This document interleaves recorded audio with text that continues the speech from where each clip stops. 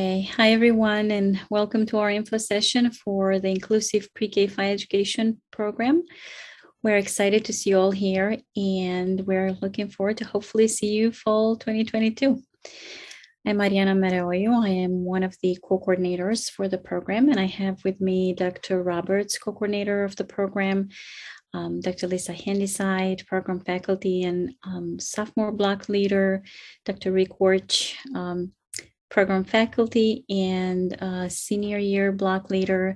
And then we also have with us Ms. Gretchen Thomas, graduate assistant in the recruitment and retention office, and Mr. Brian Cheney, admission counselor. Before we share a few things about our agenda, can we all please share our roles in the program, Thomas and Lisa and Rick? Sure. Dr. Thomas Roberts. I co-coordinate the program with Mariana, and I typically teach math education courses, so freshmen, some sophomore level things that I'm getting involved with, and junior year in methods.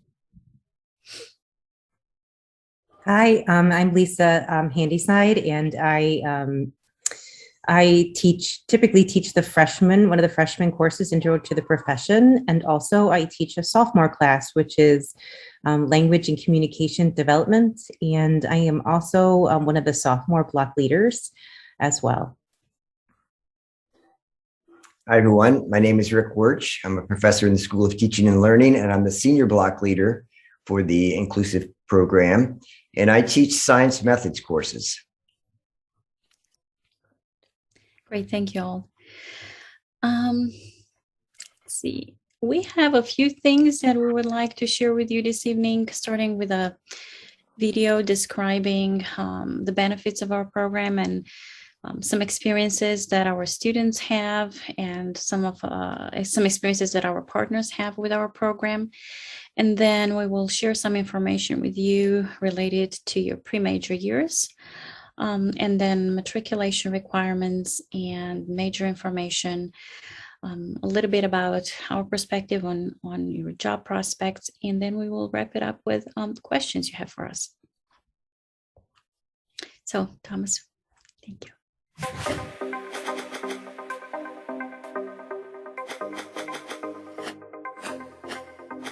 Partnering with any university has endless benefits and opens up so many different opportunities to your public school. Again, it makes us better practitioners. It ensures that we are relevant and that we are also at the same time practicing those research-based strategies, that we are evolving and progressing just as our students are with meeting their needs. We have integrated classrooms. So when you have an integrated classroom, there's the typical student, the at-risk student, and the special needs student. And one of the things we see that those students succeed in their test scores, and not that we love thinking about all the test scores, but really the genuine, authentic performance of those students in their classrooms when they go to kindergarten, first grade, third grade is enhanced. The other thing is flexibility that we have because of the dual licensure, and that is just so important. And when we're looking at a pool of candidates and they have that dual licensure, it's just such a bonus to have high quality candidates come through the door, and that's what we seek out.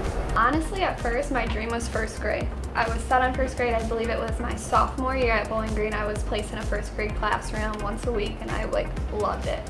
But then at the Bowling Green's job fair, Toledo Public Schools, where I had an interview with them, and they were hiring for this dual major. It was the licensure of the inclusive program, and they were all about it, and I was so eager to have a job, and it was in Toledo, and that's where my family is, so location was big for me. But it was just the perfect timing, and I love it. We provide these teacher candidates an opportunity to see co-teaching implemented with fidelity in a really ideal classroom environment. It's a lot to take on. You're taking on 2 students, and you already have the responsibility of teaching all your kids in your classroom, doing assessments, following up with their IEPs, to take on 2 more students that you're meeting with and you're checking in on. but we just know that we needed placements when we were students, and we needed great placements, and we needed placements that showed us inclusion, because that's what our degree is. So we needed solid placements and CMTs, the classroom mentor teachers, to give us that experience. And I wouldn't want to take that away from anyone who's trying to learn and stuff. Yes, could be shown as extra work, but I need them to be in placement so that they can be great teachers as well and succeed from this program. Because we are dual certified through BG, I'm able to get both the intervention side and gen ed side when we push in. So if I was just in the intervention room, but one day get a job in gen ed, sometimes I fear that I would lack the classroom management skills I need, but when we go into the kindergarten classroom, we go into the second grade classroom, I'm able to see both sides. The benefit of being a mentor is to be able to share, my experience with my student teacher and let her learn sooner from mistakes than what I did. She's very experienced, 19 years.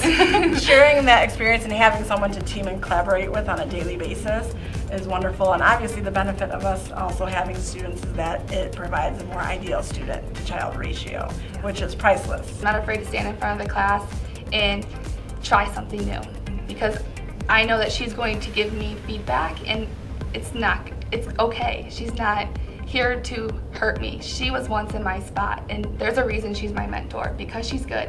And so I need to take her advice, and I learned off of our relationship that she's going to help me be a great teacher. Oh, yeah. You're always growing. I tell Nikki, I've been teaching for 19 years, but I'm still learning. Still trying new things, still, making mistakes and learning from my mistakes. And that growth mindset is really a big part of our culture here. What we've done is we've taken 2 of our classroom teachers and have allowed them a year to come to the university and to teach in the classroom to directly impact the students who are pursuing a degree in education. And so you now have a practitioner at the K-12 level working with students who that is their aspiration. And the benefit for us is that while they're here, they're also doing some research that they'll be able to bring back some professional development to our district. So it's a win-win for both sides, and certainly a tremendous example of the partnerships that we're building.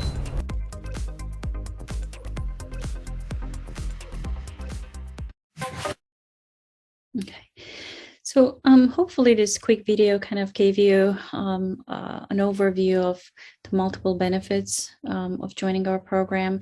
We're working closely with a lot of our partners in the area, and we do so at a variety of levels. So not only at the implementation of the program, but also at the planning level of the program. So when we are thinking about what we would like to accomplish with our program, our school districts partners are working closely with us. So you all know by now, probably, since you're interested in the program, that in alignment with the new state licensure band, our program leads to a dual licensure. And so that is special education and general education for pre-K 5th grade.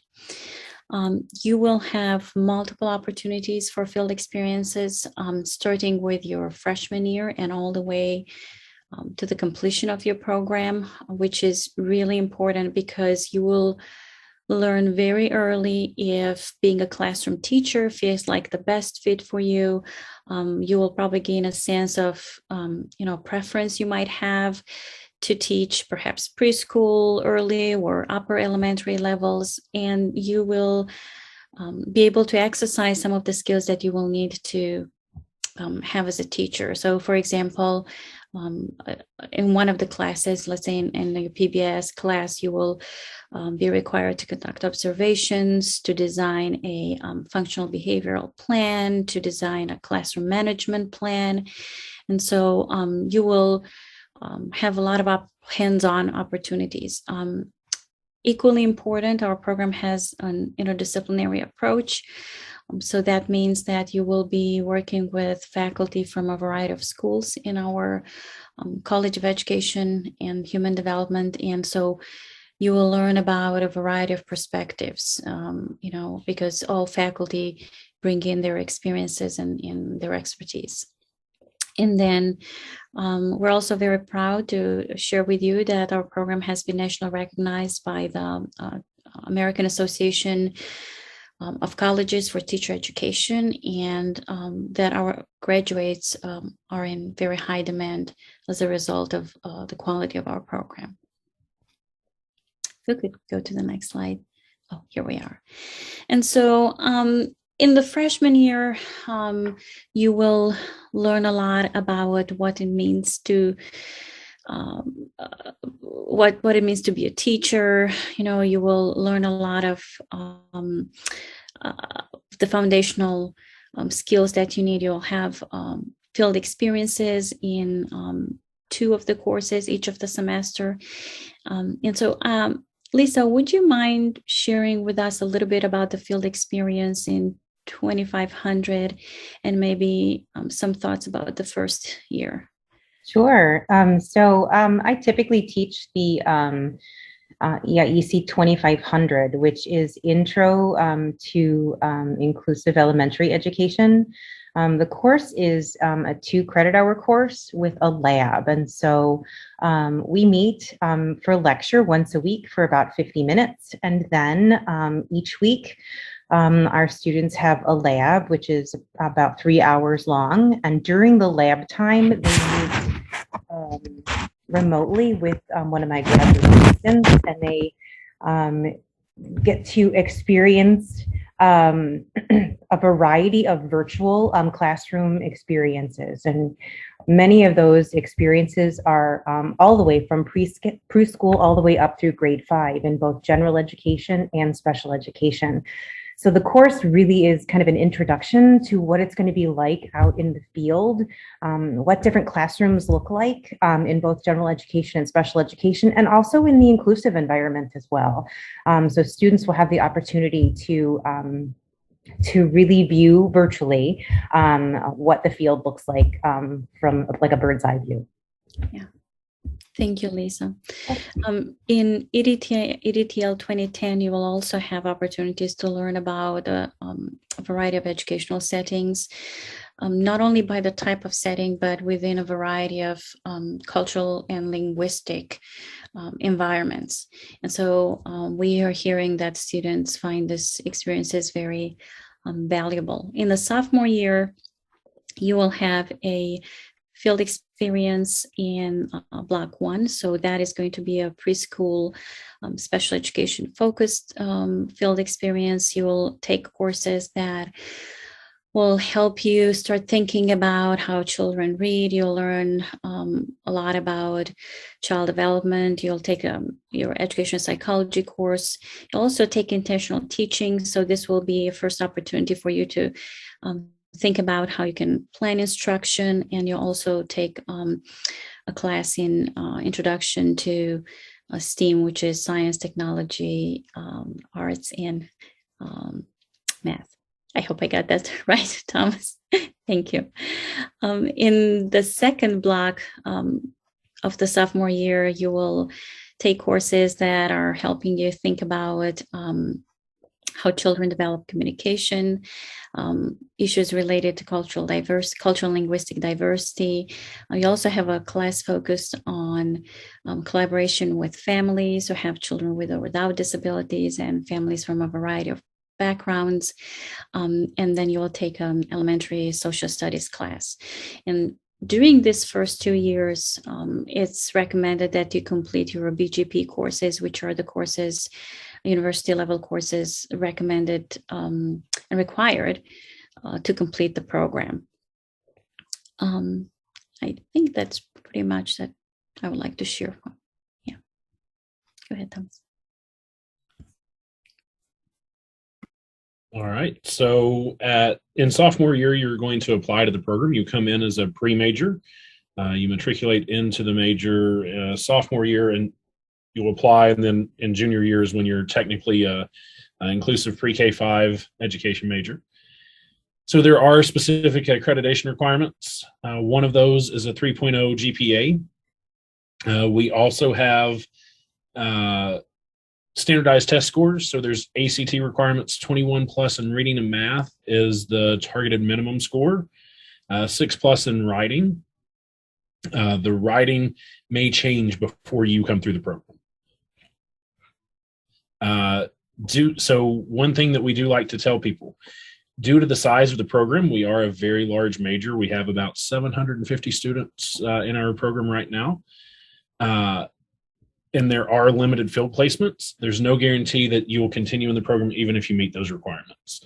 One thing that program faculty are working on right now is finding options so that as long as you meet minimum requirements, that we will have a place for you that leads to teacher education, leads to licensure, if that's what you choose to do at that point.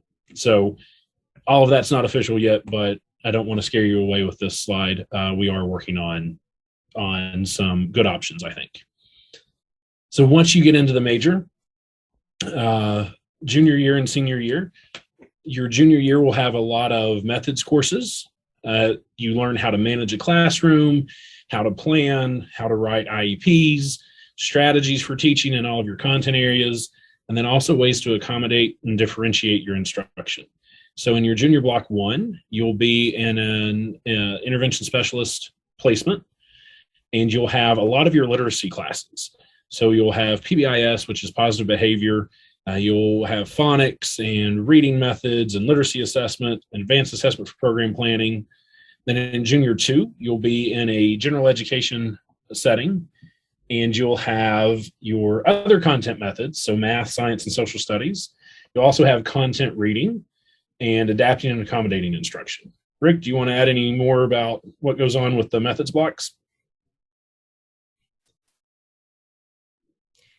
Sure. So the methods are really focused on giving you the practical strategies to employ in your classroom to help children learn.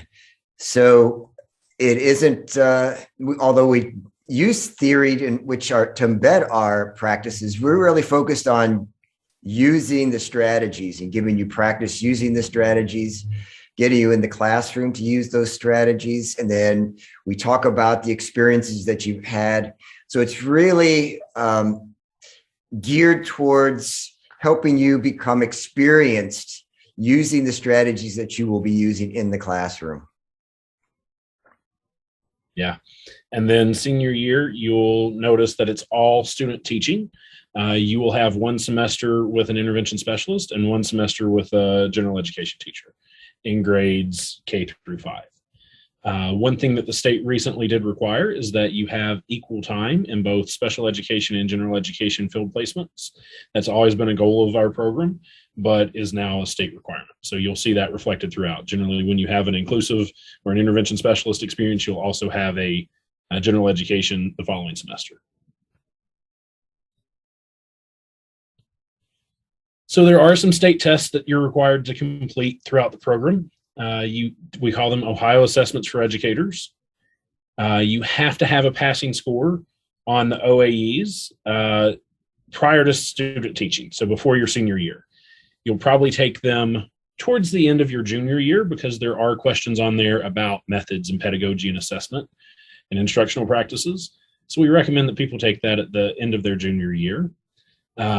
Requirements are subject to change. We'll communicate all of that as is relevant. You're not going to be taking an OAE your freshman year, though. So you have some time to think about that. May I jump in on that, please, Thomas? Yeah, absolutely. So we also have a pretty extensive mentoring program for students to learn how to take tests in general, because some people do kind of tense up when it comes to standardized tests. So we have faculty who work with students to help them understand how tests work, and then also with the specific content of each test that you're going to be taking. So we have a lot of supports in place for students to do well on the OAEs. Yeah, we developed a series of modules that are embedded in our program platform, so students can work at their own pace. But we also have sessions. So, for example, very soon we're going to have a session that will focus on content. But sometimes we have sessions, as Rick just mentioned, that are focusing on test-taking skills. And the feedback we receive from our students is that they can be really, really helpful. Thank you for reminding us of that, Rick. So then just a little bit about job prospects. We are a unique program. Our graduates are in high demand. There are multiple opportunities pre-K through 5. And we also have an annual teacher job fair. It has representatives from school districts all across the U.S. I know just in the past few years, I've had method students who moved to Seattle, South Carolina, a few went to Texas. There's several throughout Ohio, of course, in the area, but there are a lot of opportunities for jobs both locally and throughout the U.S. That's the big picture overview. What questions do you all have for us? And I'm going to stop sharing my screen so that we can actually see people as you ask questions.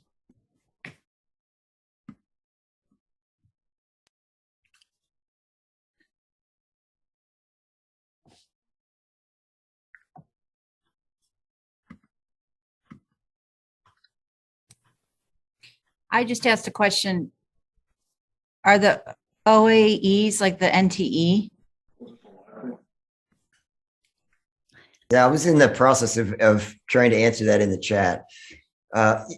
Yes, I guess you could say they're similar to the National Teacher Education Exams, but these are tailored to Ohio specifics. So there are certain standards that we're required to address in our teacher education program, and the OAEs are assessing whether or not you have accomplished those goals. So it's much more specific than what the national teacher exam used to be. Okay. Thank you. Sure.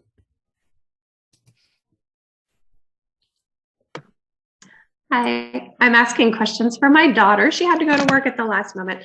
But what size cohort do you accept each year versus the number of applicants for those spots? It's a great question. So I can't give you a year-to-year answer because it varies. So right now, we're dealing with the impact of COVID, where some of our school partners want more help, but then others are saying, actually, we're limiting the number of people in our building. There are some years where more people retire than others. Newer teachers can't take student teachers in their classroom. They have to be at least 3 years in. And so that varies from year to year. My best answer for that is we are working on a way to where if people meet the minimum requirements, we will have a program for them that leads to licensure. Licensure in general education, special education? Yep. So our goal is for the dual to get general ed and special ed. We're looking at ways that we can accommodate people in the special education program and also in a general education option. And so if she hasn't taken the writing portion of the ACT, that's a requirement for you? Pause on that for right now, because that was a requirement. Right now, I think there's a lot of pushback, not just from BGSU, but from institutions around the state. And so I think they reevaluated that. But the good news with the writing piece is you wouldn't need that until sophomore year. So if we can keep that from being a requirement, don't do it now. You would have a year and a half to do it. Okay. And the same thing, she's not here, so I can talk about her. She has very high scores on her English. Not such high scores on math. So if she does not meet that math 21 ACT, does that mean she's not eligible to apply for the program? Nope. It means that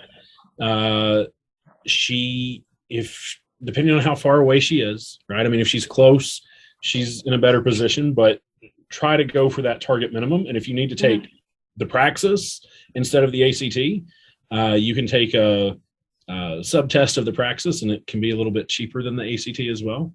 Okay. So that could be an option as well. Okay, thank you. Yeah.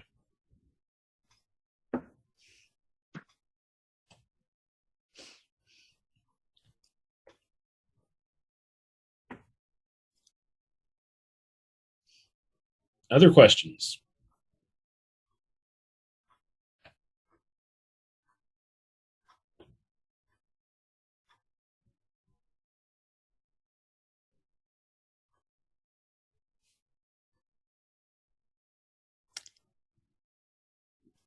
There's something in the chat about talking about the reading credentials. That's not my expertise. Is there someone who can address that?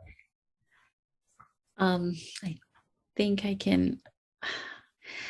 I think I can share some information with you. We can reach out to the faculty who's coordinating the endorsements, and we can share some information with you if you would like. Would that be okay? Generally, with the reading endorsement, it happens after you have an undergraduate degree. You can start your coursework the summer after you graduate in May. And then there's a series of courses that you take to get the reading endorsement. We do have that program here, but it would be after the undergrad degree is completed.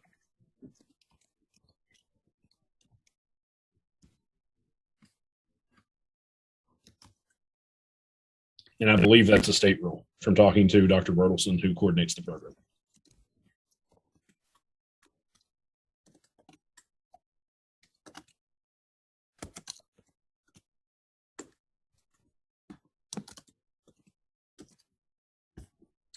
I am pretty sure, although it's not part of the reading certificate or endorsement, that undergraduates do have lots of opportunities to participate in literacy projects through the graduate program. So they may not be the graduate students, but the graduate students are doing lots of projects out in the field, and they need undergraduates to help tutor students and collect data and so forth. So you get lots of experience. You can get lots of experience working in literacy, even if you're not yourself working towards the endorsement.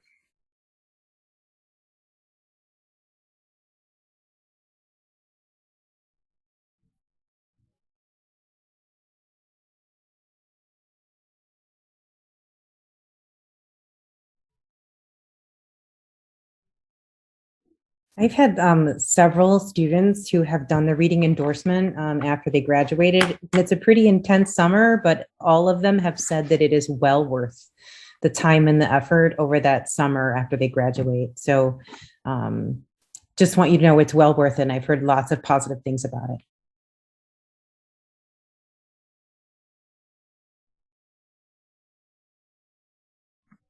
I'm not sure. I was typing during this time, so I'm not sure if I missed anything that Rick, Lisa, and Thomas shared. But Lisa, as you share, we've had students who are approaching the time to graduate, and they're already working with the coordinators of the program to kind of make a seamless transition and be able to work on this credential as quickly and sufficiently as possible. I just had an advisee this semester actually starting to think about that. Dave and Aaron, clarifying question. Are you talking about applying to BGSU? How quickly you know if you're accepted or not?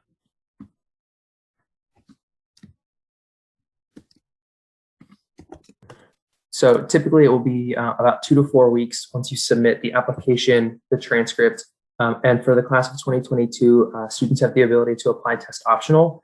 And so if you apply with your test score, we'll need that as well. So once we have all the required materials, it typically is about 2 to 4 weeks.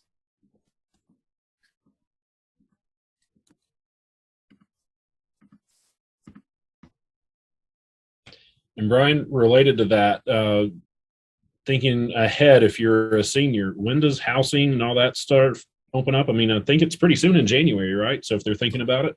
Correct. Yeah. So housing, the opportunity to sign up for housing or to put down your housing deposit will start on January 5th. And that's how you commit to BGSU. So if you've applied, been admitted, and you know that BGSU is where you want to go, the earliest opportunity to do that will be January 5th. So if you're considering really recommended, I know teaching freshmen, I meet with each of my students individually at the beginning of the semester, and the ones who get to pick their dorms definitely appreciate that, having the flexibility earlier on. So keep that in mind as you're thinking about it. For the education classes, it does vary. Lecture halls, the largest lecture hall we have holds about 300 students on campus. And so that's the absolute largest one. I think that's in Olds Camp. It's normally where we have Get With The Program. So that's the biggest one. We don't have any that are close to 1,000. We do have a range, right? So EDTL 2010 and EIEC 2500 have larger sections. Dr. Handyside just shared about EIEC 2500 in chat. Meanwhile, EDTL 1320, which is Introduction to Teaching Elementary Math, I teach that freshman year. That has a cap of 30. So you're going to get a range of 30 to 100, depending on, some of the larger survey courses, introduction courses are going to be, everybody comes together. And that's a really nice way to meet people and make connections as you learn about important big ideas in the program. And then your other courses will have smaller numbers. Thomas, maybe it is a good time to also talk about the cohort model. Yeah, go for it. I'm not sure we shared, but our program has a cohort model. So what that means is that you'll be assigned in blocks throughout your program. And we learn from students that is very helpful because, first of all, you get to meet a lot of your peers, but you also get to work very closely with them. So they're sharing that, they're developing friendships and professional relationships that are lasting throughout the entire program and beyond. And so it's a network of support, if you want, that students appreciate a lot, because the program is very robust, is intense, right? You have many classes. It's a dual licensure, so the expectation is that the coursework and the field experiences are going to be a little bit intense. But having the cohort model, so having peers that you've been working with from the moment when you started, that becomes really helpful.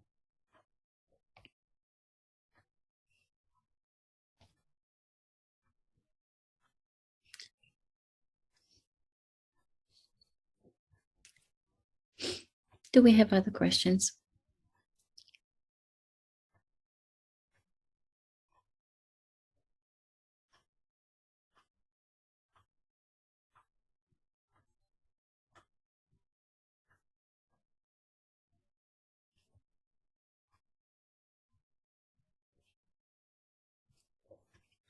Just so some other plugs. I mean, we have several of our students are part of the Honors College.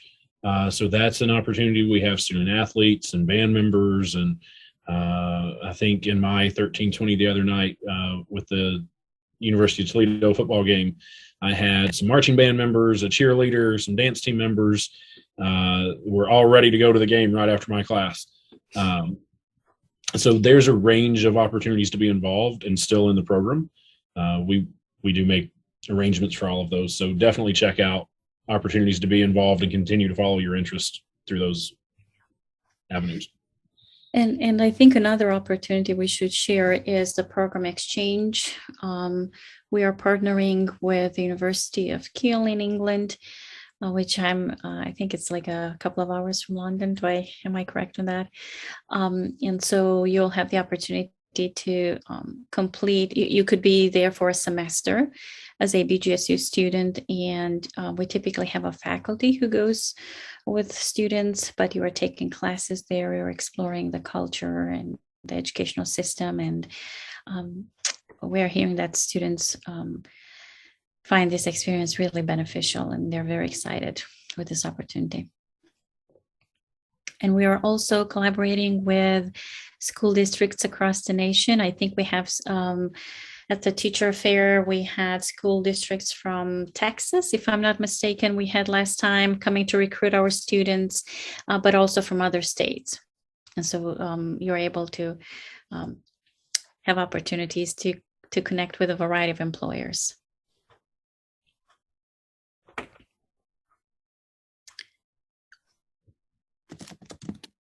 Because we're a large program, we place students in a lot of districts, right? So Bowling Green City Schools, Perrysburg Schools, Springfield Local, Toledo Public Schools. Generally, our radius is, we try to get to 45-mile radius, but we can go up to a 70-mile radius to place students. So I've had students placed in Lima, for example. And the implication for that is that for that moment, you need to have your own transportation.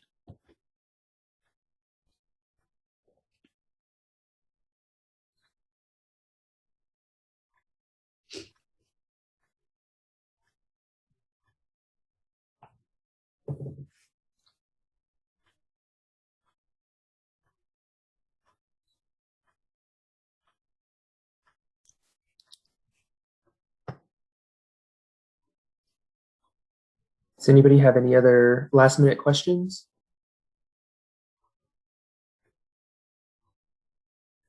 If not, I think that will probably do it for us.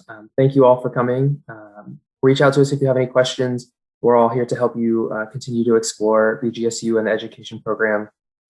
So yeah, thank you all, and let us know what you need. Thank you, everyone. And if you have any specific questions, you can find Thomas and I and Lisa and Rick too on our website. And so feel free to shoot us an email and we'll do our best to get back to you. Thank you all.